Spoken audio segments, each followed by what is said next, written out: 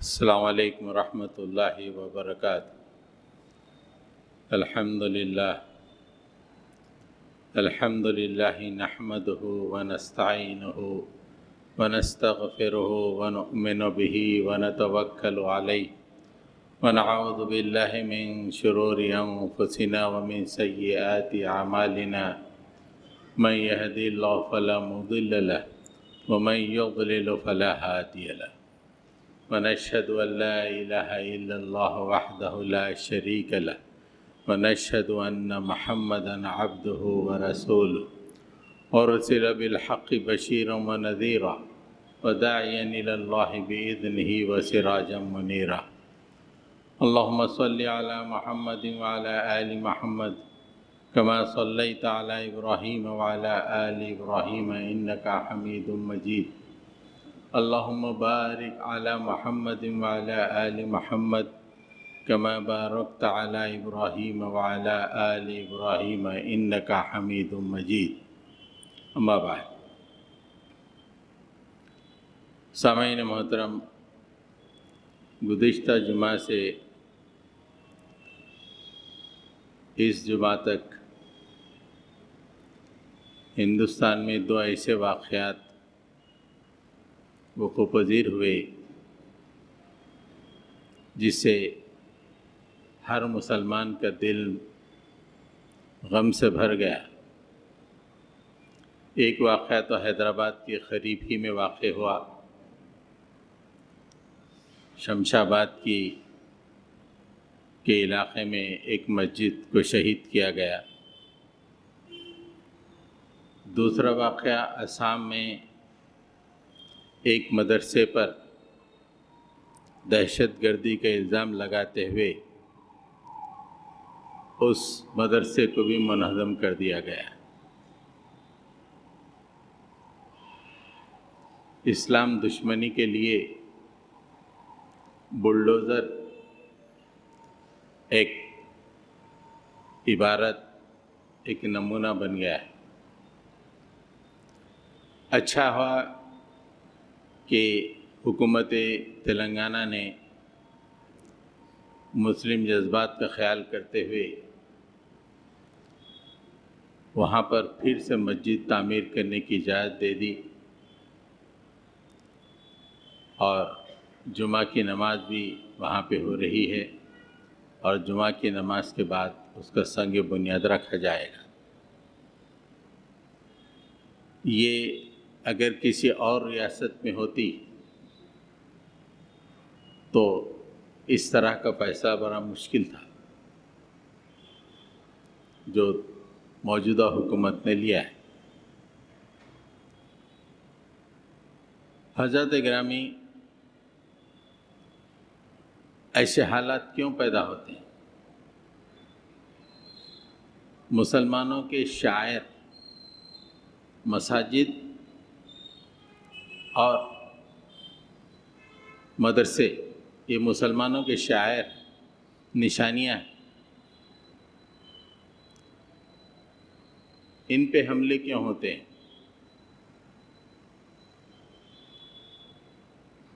قرآن مجید اس پہ دو طرح سے روشنی ڈالتا ہے۔ ایک ظالم اور دوسرا مظلوم۔ بظاہر مظلوم ہے لیکن یہ بھی ظالم ہے، مظلوم ہے پھر بھی ظالم ہے۔ یہ کیوں؟ بعد میں بات سمجھ میں آ جائے گی۔ ابھی یہ جو ظالم ہیں، یہ لوگ بلڈوزر کا استعمال کر کے اہل ایمان کے مساجد کو، مکانوں کو نقصان پہنچا رہے ہیں، گرا رہے ہیں۔ عدالتیں بھی خاموش۔ یہ عدالتیں جو دنیا میں ہیں، یہ تو چھوٹی عدالتیں ہیں۔ اصل عدالت تو اللہ کی عدالت ہے۔ وہاں پہ اللہ تعالیٰ نے ظالم کو بار بار تنبیہ دی ہے کہ دیکھو تم سے پہلے بھی بہت سے لوگوں نے ظلم کیا، لیکن ان ظالموں کے ساتھ ہمارا کیا رویہ رہا اسے غور کرو اور تم بھی سمجھ جاؤ۔ تم پہلی دفعہ ظلم نہیں کر رہے ہو، تم سے پہلے بہت سے حکمران ظلم کیے ہیں، اور ان ظالموں کے ساتھ ہم نے کیا کیا، یہ اگر تم قرآن میں جھانکو تو تمہیں سمجھ میں آ جائے گا۔ اور وہ خدا جو اس وقت ان ظالموں کے ساتھ وہ حشر کیا ہے، وہ آج خاموش بیٹھا ہوا نہیں۔ یہ ایک اینگل ہے جو ظالموں کے لیے اللہ تعالیٰ قرآن مجید میں بتاتا ہے۔ الم تر کیف فعل ربک بعاد ارم ذات العماد التی لم یخلق مثلها فی البلاد وثمود الذین جابوا الصخر بالواد وفرعون ذی الاوتاد۔ اتنی قوموں کا تذکرہ ہے، عاد، سمود، فرعون، یہ زبردست قومیں تھیں۔ قوم عاد کے بارے میں فرمایا کہ التی لم یخلق مثلها فی البلاد، اتنی طاقتور قوم کو ہم نے پھر دنیا کے کسی شہر میں پیدا نہیں کیا، اتنی طاقتور قوم تھی۔ اور سمود بہترین کاریگر، مکانات بنانے والے، میدانوں میں بھی شاندار مکانات بنانے والے، اور پہاڑوں کو تراش کر بھی مکانات بنانے والے۔ اور فرعون ذی الاوتاد، یعنی زبردست آرمی، زبردست فوج کا مالک، یہ تمام کا تذکرہ کر کے فرمایا کہ ان لوگوں نے کیا کیا، الذین طغوا فی البلاد فاکثروا فیہا الفساد، انہوں نے زمین میں طغیانی مچائی، ظلم کیا۔ الذین طغوا فی البلاد، کمزوروں پر، نہتوں پر انہوں نے ظلم کیا۔ فاکثروا فیہا الفساد، ان تمام کے تمام نے زمین میں فساد مچا دیا، ظلم سے بچوں کو ذبح کیا، ظلم سے جو ایمان لائے انہیں مارا پیٹا ختم کیا، پورے زمین میں انہوں نے ظلم مچایا، اور ہر طرف فسادی فساد، عدل کا نام نہیں، نہ عدالتیں عدل دے رہی ہیں، نہ کچھ کر رہی ہیں، ہر طرف فسادی فساد۔ فساد جو ہے عدل کے مقابلے میں استعمال ہوتا ہے، جہاں عدل نہ ہو وہاں پہ فساد ہوتا ہے، جہاں پہ فساد ہو وہاں پہ عدل نہیں ہوتا۔ جو لوگ، جو ادارے جس کام کے لیے بنائے گئے ہیں وہ کام نہ کریں، یہ فساد ہے۔ مسجد بنائی گئی، یہاں پہ نماز، اور مسجد کا صدر گیٹ پہ ٹھہر کے لوگوں کو نماز سے روک رہا ہے، وہ فساد کر رہا ہے، اس لیے کہ مسجد کے مقصد کو پورا نہیں کر رہا ہے بلکہ مسجد سے لوگوں کو روک رہا ہے۔ کورونا کے زمانے میں ہم بڑے مغموم تھے کہ ہدایتیں ایسی تھیں کہ ہم کو لوگوں کو روکنا پڑ رہا تھا، مت آؤ، یہ فساد ہے۔ مسجد بنائی گئی نماز کے لیے اور آپ روک رہے مت آؤ بھائی۔ تو جس مقصد کے لیے کوئی بھی ادارہ بنایا جاتا ہے اس مقصد کے خلاف کام ہو اسے فساد کہتے ہیں۔ حکومت اس لیے دی جاتی ہے کہ زمین میں عدل و انصاف قائم ہو، اور عدل و انصاف کے بجائے بلڈوزروں کا استعمال کر کے غریبوں کو، نہتوں کو پریشان کیا جائے، یہ فساد ہے۔ قوم عاد، قوم سمود اور فرعون نے یہی کیا۔ فَأَكْثَرُوا فِيهَا الْفَسَادَ، تو اللہ تعالیٰ نے کہا کہ دیکھو یہ انہوں نے کیا تو ہم نے کیا کیا، فصب علیہم ربک صوت عذاب، اللہ تعالیٰ نے ان تمام پر اپنے عذاب کا کوڑا برسا دیا، تباہ و برباد ہو گئے، نہ عاد رہی، نہ سمود رہی، نہ فرعون رہا۔ اور یہ کہنے کے بعد قرآن کے نزول کے بعد جتنے ظالم قیامت تک آئیں گے اللہ تعالیٰ نے ان کو تنبیہ کی ہے۔ یہ کہا کہ ان ربک لبالمرصاد، وہ اللہ جس نے عاد، سمود اور فرعون پر عذاب کا کوڑا برسا دیا ہے، وہ ابھی بھی ظالموں کے گھات میں لگا ہوا ہے۔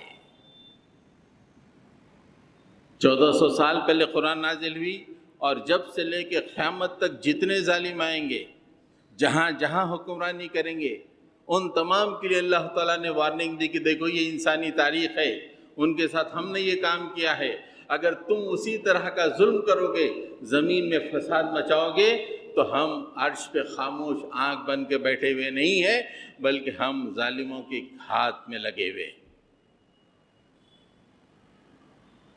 یہ ظالموں کو وارننگ دی جا رہی ہے قرآن کے ذریعے سے۔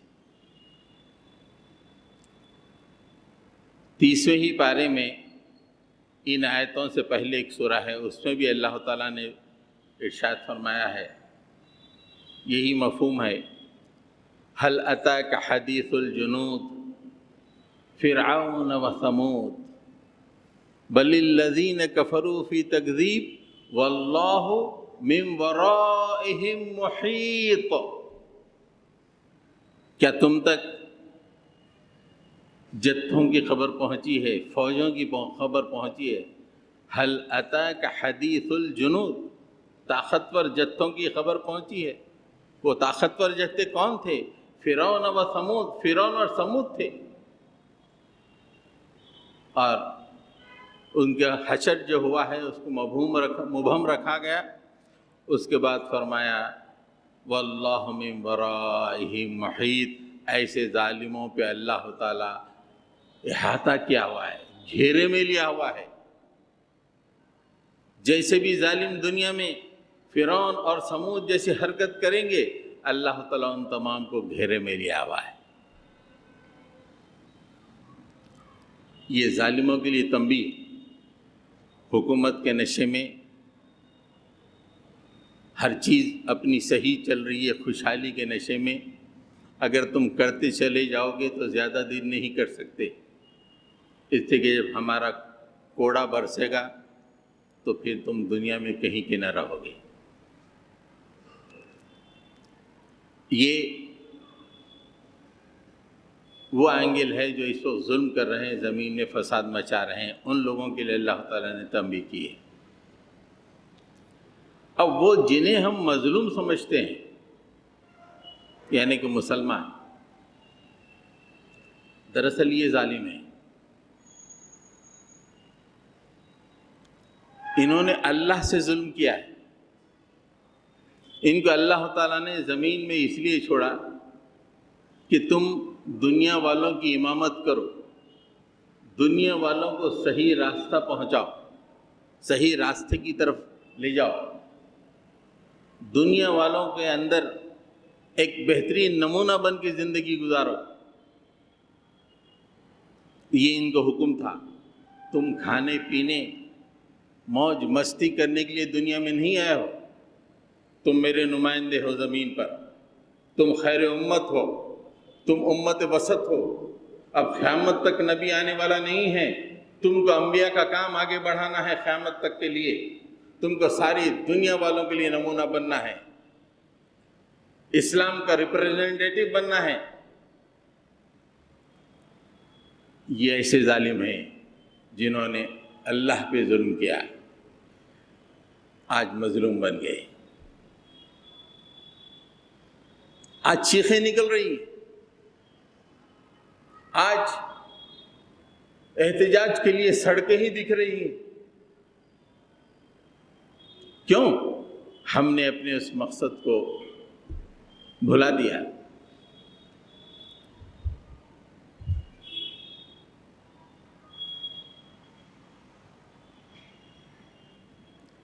اللہ تعالیٰ اس قوم کو زمین میں امامت کے درجے پہ فائز کرنے سے پہلے یا فائز کرتے ہوئے پہلے والی قومیں جن کو اللہ تعالیٰ نے امامت کے درجے پہ فائز کیا تھا ان کی داستان سنائیے. ان کی تاریخ کے چند پنے قرآن مجید میں آپ کو ملیں گے. سورہ بنی اسرائیل میں اگر آپ دیکھیں تو پہلے ہی رکوع میں اللہ تعالیٰ نے ہم سے پہلے کی امام امت اللہ نے اس پہ کیسا فضل کیا تھا، انہوں نے کس طرح کا رویہ اپنایا، تو اللہ نے ان کے ساتھ کیا رویہ کیا. آج ہم اس سے انطباق کر کے دیکھیں گے تو لگتا ہے کہ ہم وہیں کھڑے ہوئے ہیں. وَقَضَيْنَا إِلَىٰ بَنِي إِسْرَائِيلَ وَقَضَيْنَا إِلَىٰ بَنِي إِسْرَائِيلَ فِي الْكِتَابِ لَتُفْسِدُنَّ فِي الْأَرْضِ مَرَّتَيْنِ وَلَتَعْلُنَّ عُلُوًّا كَبِيرًا. رسول اللہ صلی اللہ علیہ وسلم اللہ کے نبی، آخری نبی کی امت سے پہلے زمین میں امامت بنی اسرائیل کے ہاتھ میں تھی. آج جو امامت کا درجہ مسلمانوں کا تھا، بنی اسرائیل کا وہی درجہ تھا کہ تم کو ہم زمین پہ رکھے ہیں، تمہارے درمیان ہم نے انبیاء کو بھیجا ہے، تم کو دنیا کی صحیح رہنمائی کرنا ہے. لیکن اللہ تعالیٰ نے کہہ دیا کہ ہم نے اپنی کتاب میں لکھ دیے تھے کہ تم زمین میں 2 دفعہ فساد پہنچاؤ گے. 2 دفعہ فساد. تو اللہ تعالیٰ نے کہا کہ جب امام امت زمین میں فساد، امام امت کا مطلب کیا ہے کہ لوگوں کے لیے امام بننا، صحیح رہنمائی کرنا. ایک مثال کے ذریعے سے میں بات بتاتا ہوں. ایک کمپلیکس ہے یا ایک گھر ہے، وہ گھر میں ایک چوکیدار کو متعین کیا جاتا ہے، اور چوکیدار کا مطلب یہ ہوتا ہے کہ وہ گھر کی حفاظت کرے، محفوظ رکھے گھر کو، گھر والوں کو، گھر کے مال کو.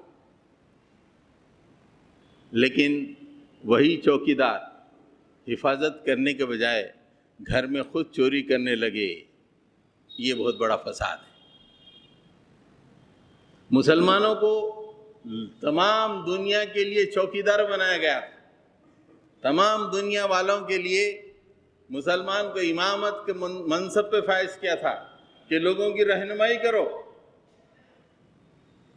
تو رہنمائی کا مقام چھوڑ کر یہ خود دنیا میں پھنس گئے. اسے کہتے ہیں فساد. ہم سے پہلے کی امام امت بھی یہی کام کی تھی. تو اللہ تعالیٰ نے کہا کہ 2 دفعہ تم اس طرح کا فساد کرو گے. اور دونوں طرح وقت کیا ہوا، اللہ تعالیٰ نے وہاں پہ اس کا تذکرہ فرمایا. فَإِذَا جَاءَ وَعْدُ أُولَاهُمَا بَعَثْنَا عَلَيْكُمْ عِبَادًا لَنَا أُولِي بَأْسٍ شَدِيدٍ فَجَاسُوا خِلَالَ الدِّيَارِ وَكَانَ وَعْدًا مَفْعُولًا.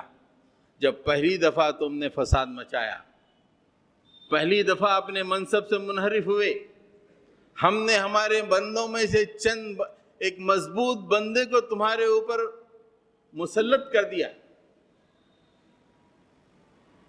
اور وہ ہر طرف سے تمہارے گھروں میں گھس گئے، بلڈوزر لے کے گھس گئے، تمہارے گھروں کو گرانے لگے، تمہاری دکانوں کو گرانے لگے، تمہارے مساجد کو گرانے لگے. بعثنا علیکم عبادا لنا، ہمارے بندوں میں سے مضبوط بندے، اولی باسن شدید، بہت ہی مضبوط قسم کے بندے جن کا ول پاور بڑا اونچا کہ ہم ان کو بتا کے رہیں گے، سبق سکھا کے رہیں گے. فجاسوا خلال الدیار، ہر طرف سے داخل ہو گئے. یہ کیوں؟ یہ مسلمانوں کی، اس زمانے میں بھی وہ مسلمان تھے، ان کے ظلم کی وجہ سے ہوا. انہوں نے اپنے منصب کے ساتھ ظلم کیا، انہوں نے اپنے نبیوں کے ساتھ ظلم کیا، انہوں نے اپنے اللہ کے ساتھ ظلم کیا. تو اللہ تعالیٰ نے کہا کہ ہم خاموش بیٹھ کے نہیں دیکھیں گے، تمہارے اوپر مضبوط، بہت ہی زبردست ول پاور رکھنے والے ایسے بندوں کو مسلط کر دیں گے جو تمہارے آنسو دیکھ کے وہ خوش ہوں گے، تمہارے گھروں کو گرتے ہوئے دیکھ کے وہ خوش ہوں گے. ایسے بندوں کو مسلط کر دیں گے. وَكَانَ وَعْدًا مَفْعُولًا، یہ وعدہ تو پورا ہو کے ہی رہنا ہے، اس لیے کہ تمہاری حرکتیں ایسی ہیں۔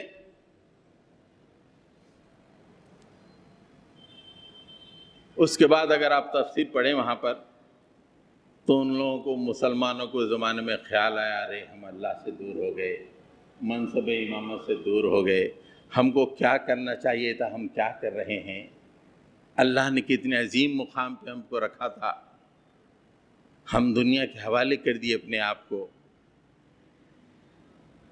تو روایتوں میں آتا ہے کہ اللہ تعالیٰ نے ان کے درمیان انبیاء کو روانہ فرمایا۔ انبیاء کا مطلب ایک حدیث میں ہے کہ رسول اللہ صلی اللہ علیہ وسلم کی امت کے علماء بنی اسرائیل کے انبیاء کی مماثل ہیں، یہ حدیث ہے۔ رسول اللہ صلی اللہ علیہ وسلم کی امت کے جو علماء ہیں بنی اسرائیل کے انبیاء کے مماثل ہیں۔ تو ویسے انبیاء کو رب پیدا کیا تو لوگ توبہ کیے، اللہ سے رجوع کیے، پھر واپس آئے، اپنے منصب کی طرف واپس آئے، دنیا کو چھوڑا، آخرت کے لیے زندگی گزارنے لگے۔ تو اللہ تعالیٰ نے حالات بدلے، ثم رددنا لکم الکرۃ علیہم وامددناکم باموال وبنین وجعلناکم اکثر نفیرا۔ ہم نے کیا کیا؟ حالات بدل دیے۔ وہ جو ظالم تمہارے گھروں میں گھس گئے تھے ان پہ ہم نے پھر سے تم کو فوقیت دے دی۔ ثم رددنا لکم الکرۃ علیہم، جو تمہارے گھر گرا رہے تھے، تمہارے مساجد گرا رہے تھے، ان پہ ہم نے تم کو پھر سے فوقیت دے دی۔ وجہ کیا تھی؟ تم ہم سے رجوع کیے، دنیا کو خیر بات کہہ دیا، اپنے منصب کی طرف لوٹے، انبیاء کی تعلیمات کی طرف لوٹے، تو ہم نے پھر سے تم کو فوقیت دے دی، اور نہ ہی فوقیت دے دی، بہترین اکنامی عطا کر دی، اور اولاد میں اضافہ کر دیا، اور روتے رہتے تھے ہم مائنارٹی میں ہیں، مائنارٹی میں ہیں، وَجَعَلْنَاكُمْ أَكْثَرَ نَفِيرًا، ہم نے تم کو میجارٹی میں تبدیل کر دیا، تمہاری تعداد پہلے سے بڑھا دی۔ یہ فائدے ہوتے ہیں جب امام امت ظلم کرتی ہے اللہ تعالیٰ پر، اپنے منصب پر ظلم کرتی ہے، تو اس پہ اللہ تعالیٰ ایک ظالم کو مسلط کر دیتا ہے۔ لیکن جب وہ توبہ کرتی ہے، اللہ کی طرف رجوع کرتی ہے، اپنے کیے پہ پچھتاوا جتاتی ہے، ندامت کے آنسو بہاتی ہے، اور اپنے عمل کو درست کرتی ہے، دنیا میں امام امت کی حیثیت میں پھر سے کھڑی ہو جاتی ہے، تو اللہ تعالیٰ نے پھر سے اس مقام کو عطا کرتا ہے جو انبیاء نے انہیں عطا کیا تھا۔ اس کے بعد اللہ تعالیٰ نے فرمایا ان احسنتم احسنتم لانفسکم وان اسأتم فلہا، دیکھو تم اچھا کرو گے، اچھے عمل کرو گے، اپنے منصب سے چپک کر رہو گے، یہ تمہارے لیے بہتر ہے۔ دیکھو پھر سے تم آ گئے نا منصب امامت پر، وَإِنْ أَسَأْتُمْ فَلَهَا، اگر تم پھر سے منصبی ذمہ داری کو چھوڑ دو گے، وہی حالات آئیں گے پھر تم پر، وہی بلڈوزر والے آ جائیں گے، وہی تمہارے گھروں میں گھسنے والے آ جائیں گے۔ تم اس منصب سے چپک کے رہو، اللہ سے جڑ کے رہو، اس دنیا کو چھوڑو، تمہارا مقام اونچا، تمہارا مرتبہ اونچا، اس سے وابستہ ہو جاؤ۔ لیکن چند سالوں کے بعد پھر سے وہ بگڑ گئے، سیکنڈ ٹائم پھر انہوں نے وہی اسی طرح کی غلطیاں کی، اسی طرح کی روش اپنائی، تو اللہ تعالیٰ نے فرمایا فَإِذَا جَاءَ وَعْدُ الْآخِرَةِ لِيَسُوءُوا وُجُوهَكُمْ وَلِيَدْخُلُوا الْمَسْجِدَ كَمَا دَخَلُوهُ أَوَّلَ مَرَّةٍ وَلْيُتَبِّرُوا مَا عَلَوْا تَدْبِيرًا۔ جب دوسری دفعہ تم نے سرکشی کی، دوسری دفعہ اپنے منصب امامت سے دور ہو گئے، دوسری دفعہ دنیا داری کو اختیار کر لیا، شادیاں کر کے موج مناتے رہے، زندگی کا کوئی مقصد نہیں، کوئی ہدف نہیں، اللہ سے دور، منصب سے دور، اللہ کی کتاب سے دور، دوسری دفعہ بھی ہم نے تم پر ایک مضبوط بادشاہ کو مسلط کر دیا اور وہ پھر سے تمہارے گھروں میں گھس گیا۔ لِيَسُوءُوا وُجُوهَكُمْ الفاظ ہیں کہ انہوں نے تمہارے چہروں کو بگاڑ دیا۔ چہروں کے بگاڑنے کی دو تفاسیر ہیں، ایک تو چہرے پہ مارے تو چہرہ پھل جائے، چہرہ بگڑ جاتا ہے۔ دوسری تفسیر عبارتی تفسیر، محاورتی تفسیر ہے جو کہ بہت عمدہ ہے، وہ یہ ہے کہ آدمی کی زندگی سے مسکان آدمی کے چہرے سے مسکان چھین لیا جائے، کچھ بھی دیکھے تو اس کے چہرے پہ مسکان ہی نہ آئے، دل میں اتنا غم کہ خوشی نہ محسوس ہو، چہرے پہ مسکان نہ آئے، اسے کہتے ہیں چہروں کا بگڑنا۔ یہ آیت کی تفسیر مجھے جہانگیر پوری کی وہ عورتیں جب وہ انٹرویو دے رہی تھی رو رو کر، جن کے گھر گر گئے تھے، لِيَسُوءُوا وُجُوهَكُمْ تمہارے چہروں کو بگاڑ دیا۔ یہ کیوں ہوا؟ ہم تو کھا رہے ہیں، پی رہے ہیں، مست زندگی گزار رہے ہیں، کسی کا کچھ بگاڑ بھی نہیں رہے ہیں، لیکن دنیا میں اتنے مگن ہو گئے ہیں کہ اپنے منصب سے دور ہو گئے۔ لِيَسُوءُوا وُجُوهَكُمْ وَلِيَدْخُلُوا الْمَسْجِدَ كَمَا دَخَلُوهُ أَوَّلَ مَرَّةٍ 3 دن سے ہمارے ذہن میں بھی ایک کوفت، دل میں ایک کوفت کہ تلنگانہ میں اس طرح کا واقعہ کیسے ہو سکتا ہے کہ ایک مسجد گرائی جائے بلڈوزروں سے، وہ بھی رات میں کیسے ہو سکتا ہے؟ لیکن آج کہیں جا کے تھوڑا اطمینان ہوا کہ پھر سے حکومت نے وہاں پہ مسجد بنانے کی اجازت دے رہی ہے۔ اس زندگی کا کیا مزہ جہاں پہ ہمارے مدارس توڑ دیے جائیں، ہمارے مساجد توڑ دیے جائیں۔ یہ کیوں ہو رہا ہے؟ ہم اپنے منصب سے جڑے ہوئے نہیں۔ اس کے بعد اللہ تعالیٰ فرماتا ہے اور قیامت تک کے لیے تمام اس امام امت کے لیے جو کبھی اس طرح کے اپنی امامت کے ساتھ اس نے غداری کی ہو یا ظلم کا رویہ اختیار کیا ہو، اللہ تعالیٰ فرماتا ہے عسیٰ ربکم ان یرحمکم، دیکھو ابھی بھی اللہ تعالیٰ تم پہ رحم کی چادر پھیلانے والا ہے۔ عسیٰ ربکم، دور ہو گئے کوئی بات نہیں، پلٹ کر آؤ، میری چادر رحمت میں آ جاؤ، میں تمہاری طرف اپنی چادر رحمت کو واہ کر دوں گا۔ وَإِنْ عُدْتُمْ عُدْنَا، اگر تم سرکشی کرو گے تاریخ دیکھ لو، وہی دہرا کے رکھ دوں گا میں، وہی دہرا دوں گا۔ اگر تم نے سرکشی کی، تم نے پڑھا یہ 2 واقعات تم سے پہلے کی امام امت نے کیے تھے، اگر تم بھی وہی کرو گے تو وہی حالات تم پہ لے کے آ جاؤں گا۔ آج ہماری قوم کی تاریخ وَإِنْ عُدْتُمْ عُدْنَا کی تفسیر بنی ہوئی، اگر تم نے سرکشی کی تو وہی حالات آ جائیں گے۔ حضرت گرامی، امت مسلمہ کا فساد کیا ہے؟ اللہ تعالیٰ کے احکامات پہ نہ چلتے ہوئے اپنی منمانی کرنا، یہ بہت بڑا فساد ہے۔ ہر آدمی اس فساد میں ملوث ہے، پوری قوم اس فساد میں اس وقت۔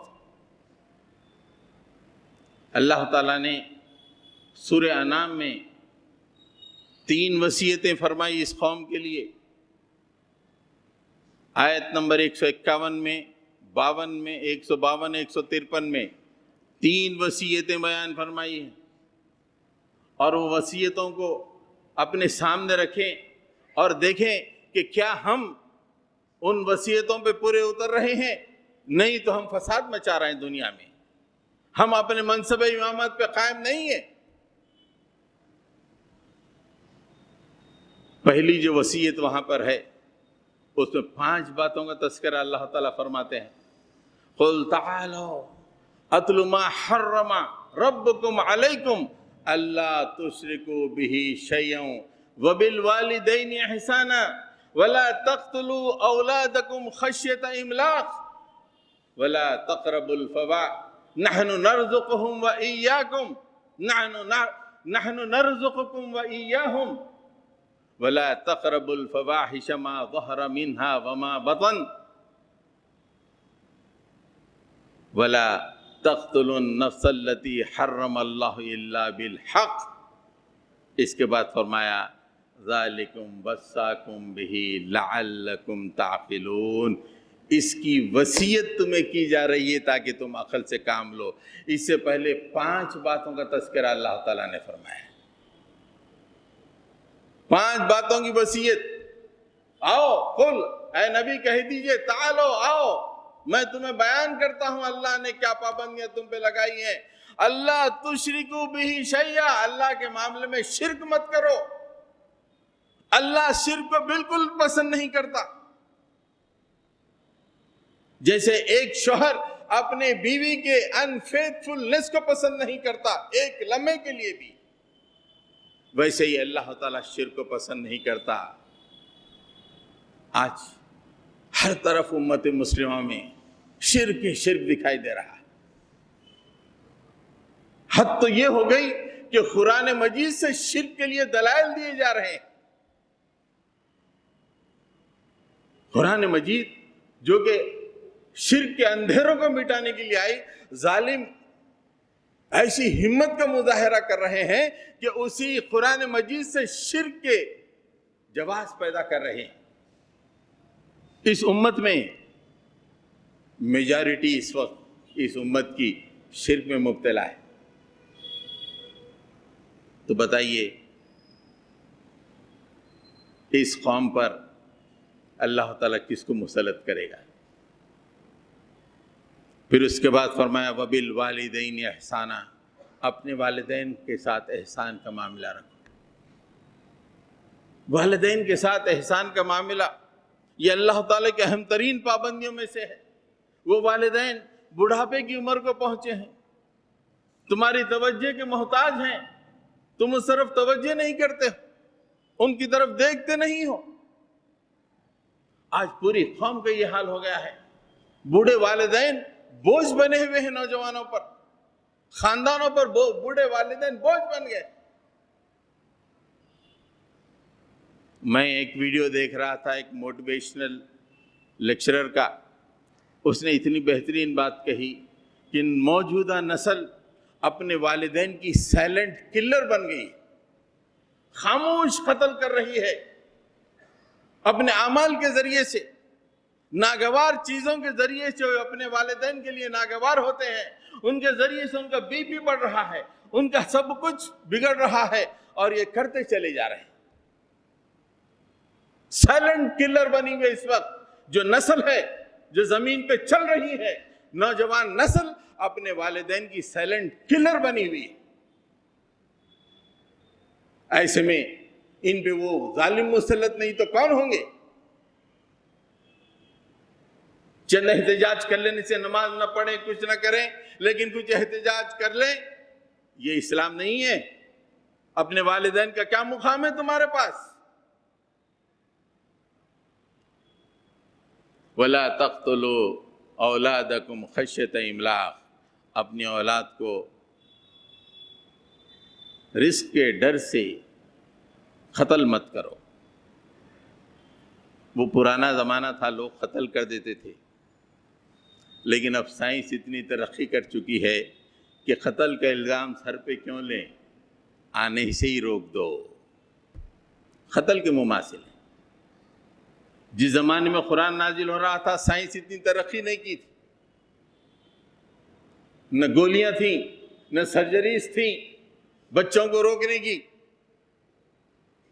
اس لیے لوگ پیدا ہوتے ختم کرتے تھے، اس لیے کہ زیادہ بچے ہوں، خشیۃ املاق، وہ ہماری روزی روٹی پہ بوجھ بن جائیں گے۔ آج مسلمانوں میں بھی یہ رواج ہوگا کہ 2-3 نحن نرزقکم وإیاہم، ہم تم کو بھی رزق دے رہے ہیں، ان کو بھی دیں گے۔ یہ کتنا بڑا فساد ہے امت مسلمہ کا کہ اللہ تعالیٰ نے کہا کہ نسل کی افزائش ہو، اور مغرب کے گود میں ایسے بیٹھ گئے کہ سوچنے لگے کہ کم بچے ہوں تو گھر خوشحال ہوگا، کم بچوں سے گھر خوشحال، یہ تصور لیے ہوئے اللہ نے جو پابندیاں عائد کی ہیں، ہر پابندی کو ہم نے دیوار پہ مار دیا ہے۔ وَلَا تَقْرَبُوا الْفَوَاحِشَ مَا ظَهَرَ مِنْهَا وَمَا بَطَنَ، فواحش کے قریب ظاہر ہو کے باطن قریب نہ جاؤ، اللہ کا یہ حکم ہے۔ ہم اپنے گھروں میں فواحش کو ایک خاص مقام دے چکے ہیں، ہمارے گھر میں ٹی ویوں کے لیے خاص مقام، ہمارے پاس سیل فون کے لیے خاص مقام، جس کے ذریعے سے فحش کی ترسیل ہو رہی ہے، چھپے ہوئے کھلے ہوئے۔ اتنے مسلمان فحش سے کوسوں دور رہنے والے مسلمان اب فحش کو دھڑلے سے کرتے چلے جا رہے ہیں، جبکہ اللہ تعالیٰ پابندی عائد کیا ہے کہ ہر طرح کے فحش پہ پابندی ہے، ظاہر ہو کے چھپی ہوئی ہو، ہر فحش پہ پابندی ہے۔ ہم تمام مسلمان، ہمارے جو مسلمان نام جو بالی ووڈ میں ہیں اس پہ فخر کر رہے ہیں، ان کے گیت گا رہے ہیں، یہ ہو رہا ہے یا نہیں؟ ہم میں سے کتنے لوگ ہیں جو وہ کھیل کھیلنے والے، جو تمام لوگوں کا وقت برباد کرنے والے، اسلام کی نظر میں فحش ہے، ان کھلاڑیوں کی تعریف کرتے ہیں، انہیں اپنا ہیرو بنائے ہوئے، اپنے بالوں کا سٹائل بھی انہی ظالموں کی طرح بنائے ہوئے۔ یہ فحش ظالم اللہ تعالیٰ مسلط کر دیتا ہے۔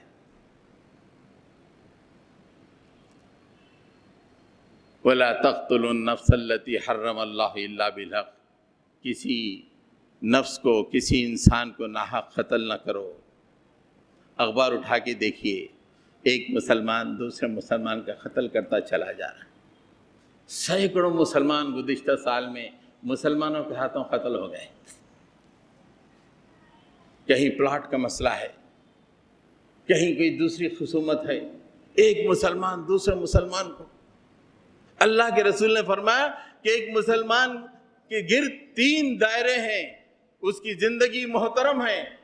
جس طرح یہ آج کا دن، آج کا مہینہ، آج کے شہر میں محترم ہے، ویسے ہی انسان کی زندگی، ایک مسلمان کی زندگی محترم ہے، اس کی جان، اس کی مال، اس کی آبرو تمام مسلمانوں پہ محترم ہے۔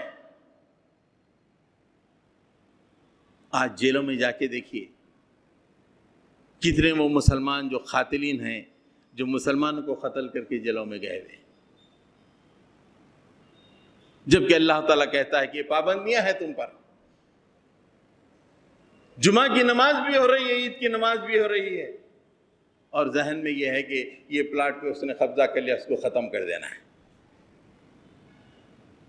یہ اللہ تعالیٰ نے وصیت کی، ذالکم وصاکم بہ لعلکم تعقلون، اس کی وصیت کر رہا ہے اللہ تعالیٰ، شرک مت کرو۔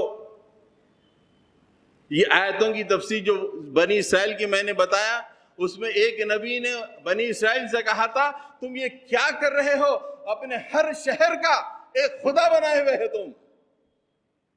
ہمارے پاس تو شہر کا نہیں، ہر محلے کا ایک خدا ہے۔ شہر حیدرآباد کے ہر محلے کا ایک خدا آپ کو دکھائی دے گا۔ شرک یہ عالم، والدین بوجھ بنے ہوئے ہیں، اولاد خوشحالی کے لیے اولاد کو روکا جا رہا ہے، فحش کے طوفان میں بہتے چلے جا رہے ہیں، کیا بچے، کیا بچیاں، کیا مرد، کیا عورتیں، پورے کے پورے فحش کے طوفان میں۔ قتل میں نمبر 1 مسلمان۔ کسی پلاٹ پہ کسی کو بٹھانا ہے تو جا کے دیکھیے ریڈی کا پلاٹ ہوگا، بٹھانا ہے تو مسلمان جا کے بیٹھتے ہیں وہاں پر، پورے بلڈرز شدے. وَلَا تَقْرَبُوا، دوسری وصیت. دیکھیے ہر وصیت، ہر چیز میں یہ 5 پوائنٹ میں، پہلے وصیت کے 5 پوائنٹ میں ہم ٹوٹل فیل من حیث کل ٹوٹل فیل. ایک دو کہیں والدین کا خیال رکھ رہا ہو، ایک دو شرک سے بچا ہوا ہو، فحش سے دور، یہ الگ ہے، لیکن ٹوٹل من حیث امت we are fail. دوسری وصیت میں 5 باتوں کا اللہ تعالیٰ نے تذکرہ فرمایا ہے. وَلَا تَقْرَبُوا مَالَ الْيَتِيمِ إِلَّا بِالَّتِي هِيَ أَحْسَنُ حَتَّى يَبْلُغَ أَشُدَّهُ. یتیم کے مال کے قریب بھی نہ جاؤ یہاں تک کہ وہ سن رشد پہ پہنچ جائے. آج اتنے واقعات ہیں، بڑا بھائی چھوٹے بھائی کے پیسوں کو مار دے رہا، یتیم ہی نہیں ہے بلکہ وہ جوان ہو چکا ہے پھر بھی مار دے رہا ہے بڑا بھائی. کتنے بھائیوں میں تنازع ہیں کہ بڑے بھائی نے چھوٹے بھائی کا حصہ نہیں دیا صرف بڑے ہونے کی وجہ سے. یہ ہر گھر کی، ہر خاندان کی داستان. جب اللہ تعالیٰ نے کہا کہ یہ پابندی ہے مسلمانوں پر، یتیم کا مال نہیں کھانا، اگر ذمہ دار بنے ہو تو پوری ذمہ داری کے ساتھ حقوق کو ادا کرو. وَأَوْفُوا الْكَيْلَ وَالْمِيزَانَ بِالْقِسْطِ، ناپ تول برابر عدل کے ساتھ کرو. آج مسلمان کا بزنس مارواڑیوں کی طرح ہو گیا ہے. کوئی بھی چیز آپ تول کی مسلمان کی دکان سے لے جائیے، گھر جا کے تولیے تو 250 گرام کم آ جائے گا. معمولی ادرک لہسن کا بزنس کرنے والے ادرک لہسن میں فائدہ کمانے کے لیے اس میں آلو ملا دیتے ہیں. آلو، ہر چیز میں ملاوٹ. یہ کون کر رہے ہیں؟ یہ مارواڑی نہیں، یہ مسلمان کر رہے ہیں. جبکہ یہ اللہ کی طرف سے پابندی ہے کہ ناپ تول میں کمی نہیں ہونا چاہیے. اگر تم نے 1 کلو ادرک لہسن کا پیسہ لیا ہے اس میں 250 گرام آلو نہیں جانا چاہیے.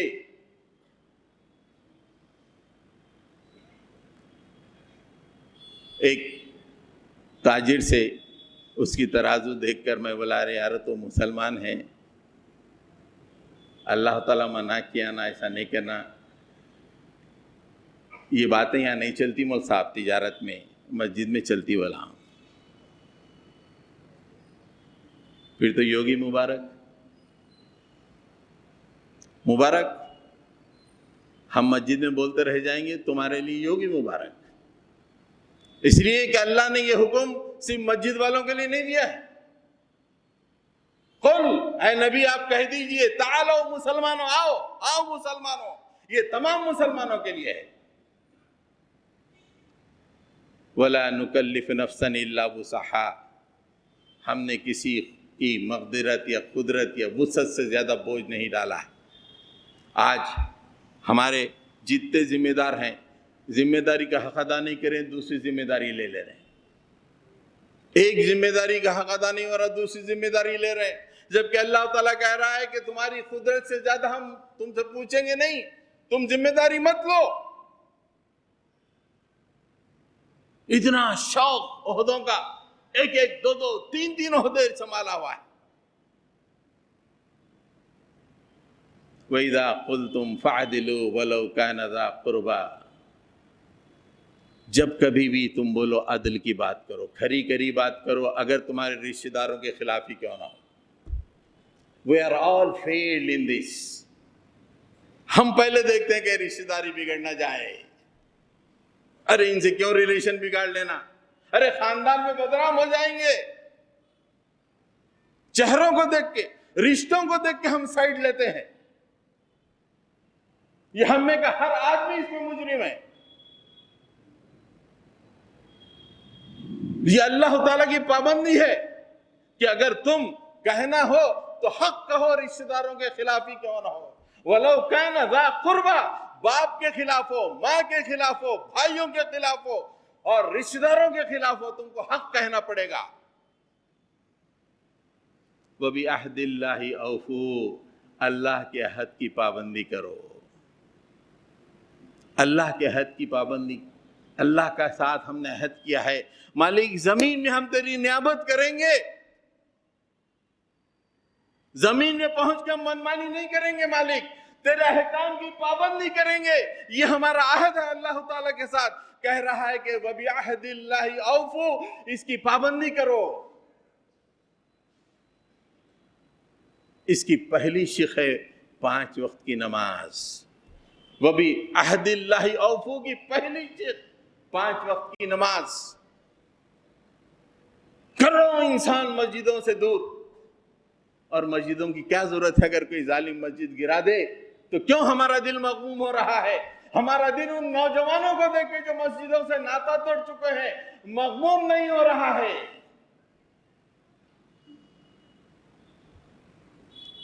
ذالکم وصاکم بہ لعلکم تذکرون، یہ 5 وصیتیں کرنے کے بعد اللہ تعالیٰ فرماتے ہیں یہ تمہارے لیے وصیت ہے تاکہ تم نصیحت حاصل کرو۔ اس کے بعد آخری آیت میں آخری نصیحت میں 2 باتیں ہیں۔ وَأَنَّ هَذَا صِرَاطِي مُسْتَقِيمًا فَاتَّبِعُوهُ، یہ میرا سیدھا راستہ ہے، اس کی اتباع کرو۔ قرآن نے، نبی نے جو راستہ بتایا یہ سیدھا راستہ، اس کی پیروی کرو، اس کی اتباع کرو۔ وَلَا تَتَّبِعُوا السُّبُلَ فَتَفَرَّقَ بِكُمْ عَنْ سَبِيلِي، دوسرے راستے، یہ سیکولرزم، یہ نیشنلزم، یہ سوشلزم، یہ شرک، یہ تمام راستوں پہ مت چلو، یہ تمہیں بگاڑ کے رکھ دیں گے۔ فتفرق، یہ تمہیں صحیح راستے سے ہٹا دیں گے۔ آج ہم مسلمان، قرآن کے ماننے والے، اس کی بتائی ہوئی شریعت کو چھوڑ کر دوسرے راستوں پہ چل رہے ہیں، اور دوسرے راستوں پہ اطمینان کے ساتھ ہیں۔